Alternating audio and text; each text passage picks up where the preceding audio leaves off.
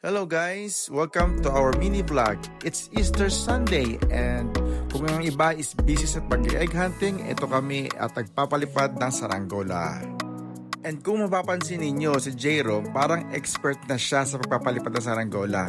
It's because it's his third time na and naturuan namin siya before kung paano gagawin. While si Amara naman, it's her first time to fly a kite. Kaya ito guys, sobrang saya niya talaga at na-experience niya ang pagpapalipad ng saranggola.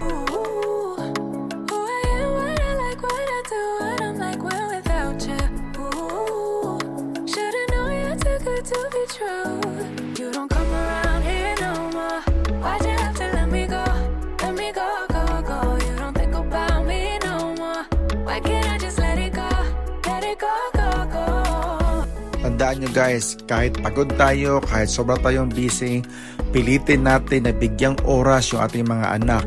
Makipaglaro tayo sa kanila, makipag-usap tayo, makipagkulitan, let's spend time with them. Lalong-lalo na habang bata pa sila, let's give them the full experience ng pagiging bata. Kasi guys, minsan lang yan sila maging bata. Tandaan nyo yan. So, natapos na rin ang aming kite flying banding and ngayon uuwi na kami para sa aming dinner. Paalam!